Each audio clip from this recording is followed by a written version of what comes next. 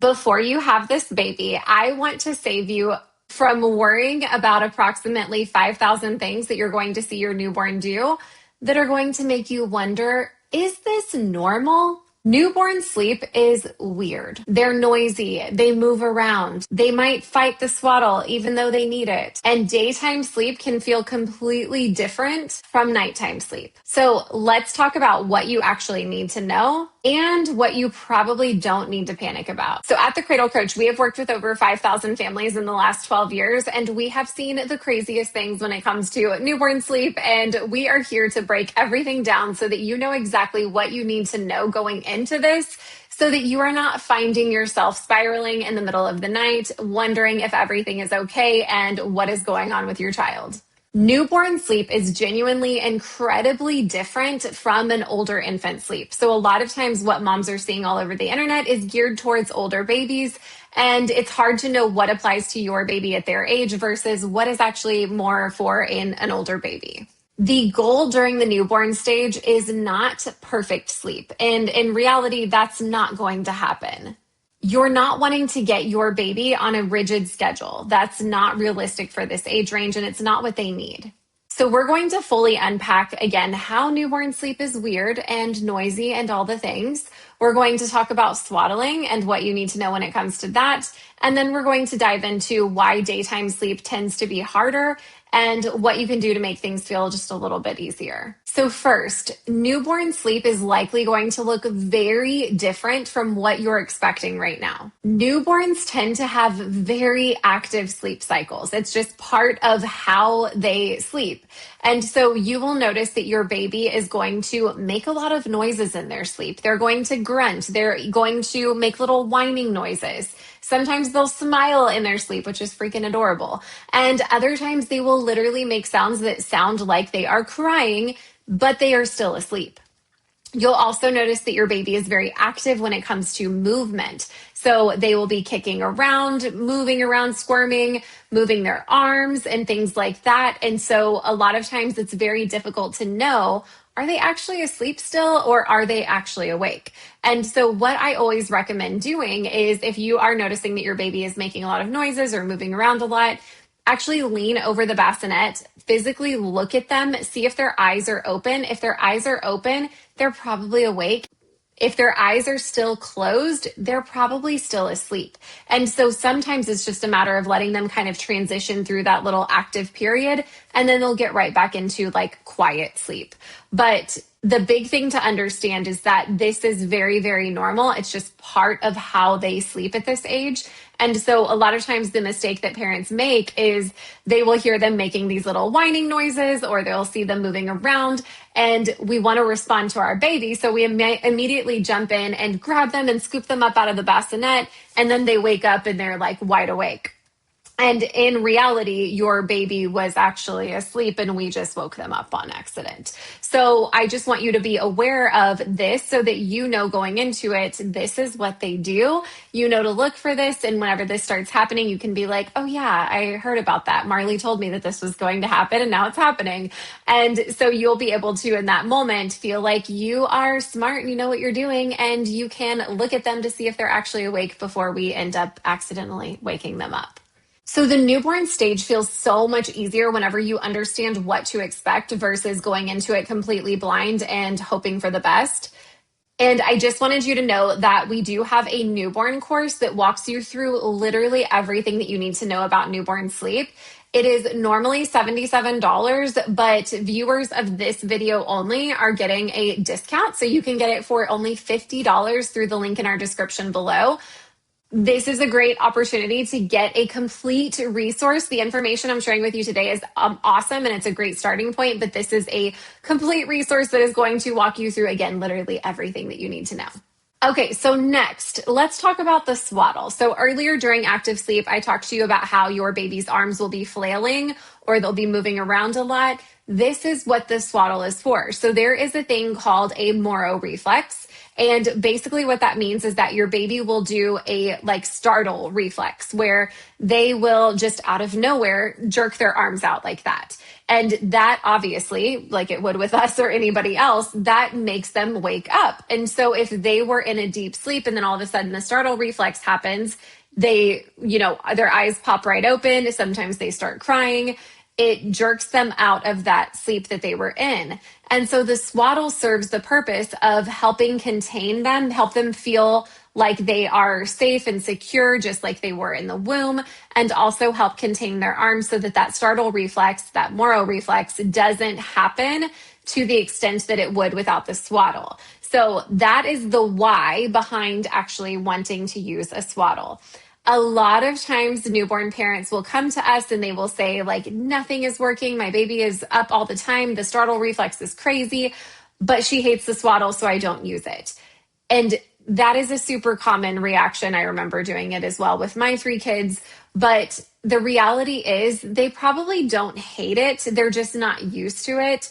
And so we really recommend giving it multiple tries, not just like once or twice and then deciding that they hate it. Because also keep in mind, in most cases at this age, at the like very early stages, babies are wanting to be held all of the time anyway. So when we put a swaddle on them and we lay them down and they're crying, is it really any different than it would have been if we didn't have the swaddle and we laid them down? Probably not, because at this age, again, they're really just wanting to be cuddled and snuggled. And so it's just going to take them a minute to adjust to the swaddle. And we need to give them a chance to learn that it is safe and secure and it's okay for them to wear. You also may at some point end up trying a couple of different swaddles. I don't want you to go crazy. This is a common pitfall that we see all the time where moms have like 30 variations of swaddles and they have spent like hundreds of dollars and then they still decide that their baby just hates them. Instead, buy a couple of different kinds. So we love the Love to Dream swaddle. I'll put a picture right here so you can see what it looks like. It is a little bit of a different shape where it has like a space up here for their arms to go up. And it also has a zipper, so it's super easy to put on and off. You don't have to figure out how to wrap your baby in one of the like more manual blankets that you can buy for swaddles. It is super easy to put on, super easy to take off. A lot of babies feel more comfortable in it because a lot of babies naturally want to have their arms up. And so it helps with that. I used it for all 3 of my kids. They all loved it. There is also halo swaddles that are awesome as well. Those are good options that you can look into. They are also zippers where they will zipper up and then they have Velcro that goes over and wraps your baby's arms in. The only negative about that one is the Velcro is quite loud. So if you are like wanting to change them in the middle of the night and not be like disrupting that middle of the night sleep phase that they're in where you're wanting to keep everything quiet and dark and all of that, then it's quite loud. So that's the only thing to consider with that. There are also lots of other options like these little sleep pods that are similar to the Love to Dream, but they don't have arms up. Instead, they have arms down and then they just zip straight up. The Ollie Swaddle is a super popular one as well. But I would recommend starting with one like the Love to Dream and then a second one with the standard arms down like the Halo. That way you have those 2 options and you can see which one works best for your baby. Again, versus going out and buying like 10 different alternatives and not finding one that you think that your baby likes.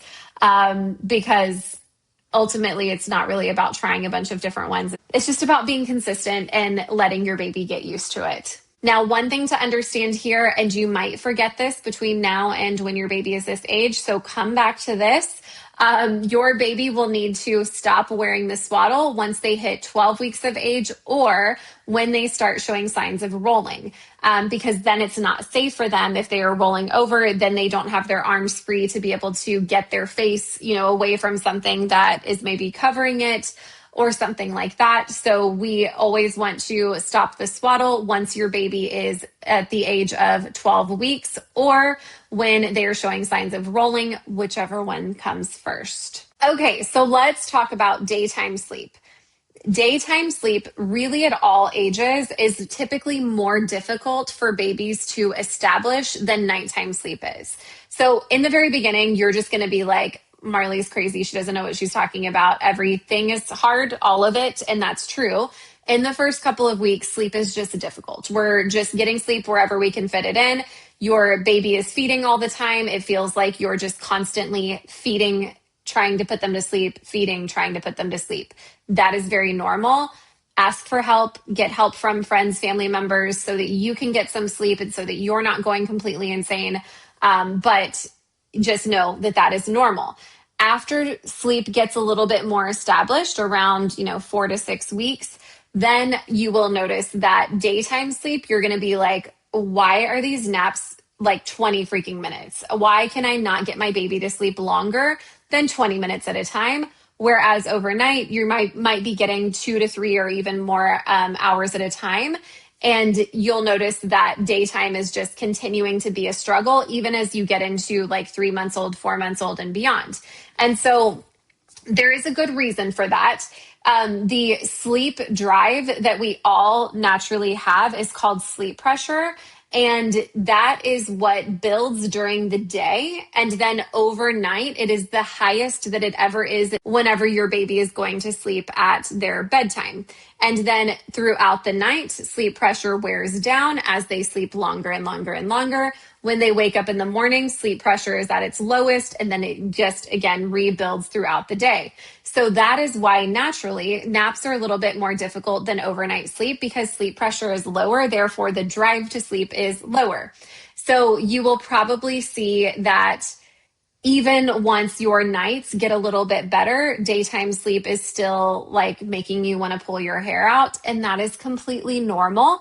As your baby gets closer to about 6 months of age, and some babies do this a little bit earlier and some do it a little bit later, but as they approach that age, you'll see that developmentally they are getting better at connecting their sleep cycles, which means it's going to be easier for them to get longer naps and be able to have a more established sleep schedule during the day. But before that, it is super normal for them to wake up as they are transitioning between sleep cycles, which again, at this age typically happens around 40 minutes. And so it is super normal for them to wake up then and then not be able to get back to sleep. Something that is super duper important that I want to make sure that you understand and that you remember is that getting practice in their overnight sleep space during the day is incredibly important for your sanity and for your baby's sleep overall. So a lot of times, as I've mentioned many times in this video, newborns are wanting to be held all the time. Doing contact naps in this age range is super normal. And you should never, feel like you need to stop that. There's no reason to stop that. But I do recommend trying out at least 1 or 2 naps in their crib or bassinet during the day. That way they're getting that opportunity to practice whenever you're a little bit more awake and not so, your sleep pressure is not so high and you're not so desperate for sleep. Whereas in the middle of the night, doing that practice then is more difficult. So if we're practicing during the day, your baby is going to have more opportunities to get used to sleeping in their crib or their bassinet. It's going to be easier for them to do that at night if they're doing that during the day at least once or twice as well. Whereas if we are contact napping all day long and then we are expecting them to all of a sudden be able to sleep in their crib or bassinet overnight, they will likely be resistant to that. They will be like, why can't we just do what we do all day long? And why can't I just sleep on you? So the short point that I'm trying to make here, that I made in a very long way, is that you want to give them at least 1 or 2 naps a day that they get to practice being in the bassinet or crib, which is going to set you and your baby up for success overnight. Okay, so back to the core message that I want you to walk away from this video with. Newborn sleep is weird. And knowing what is normal about newborn sleep can really help you feel more confident navigating this stage of sleep, and also just help you understand, like, okay, what I'm going through is is normal. Like everybody's going through these same things versus you not knowing what to expect and then thinking that your baby is doing something different or that something is wrong with your baby. So I want you to remember active sleep cycles. So they will have that active sleep where they are noisy and moving around a lot. Don't assume that your baby hates the swaddle. Make sure that you give it a real chance for them to get used to it, because it is super duper important for sleep for them to get used to the swaddle. And then understand that daytime sleep is going to take longer than nighttime sleep for it to be established and have a better schedule and more consistent lengths of time and everything like that. The goal during the newborn phase is not perfection. It is not going to be perfect. I promise you it is not. The goal is just simply understanding your newborn and building appropriate sleep foundations. So right now you're just focused on, let me get to know this little human that I'm going to be attached at the hip to for the next year or two. And let me make sure that I'm doing the things that I can do to set a healthy sleep foundation, while understanding we are somewhat in survival mode and we're just going to get through the day and night for a little bit. And then it gets easier pretty soon. So this phase does pass pretty quickly. It is challenging whenever you are in it, but it's also so enjoyable and wonderful and all of those things. The last thing I'm going to leave you with before we transition out is that please do not be afraid to ask for help. And I know that it is so incredibly hard. Whenever my babies were little, I was the worst. My husband would even be like, let me watch them so you can sleep. And I would be like, no, I don't want to be away from her or whatever. And now looking back, I'm like, I was insane.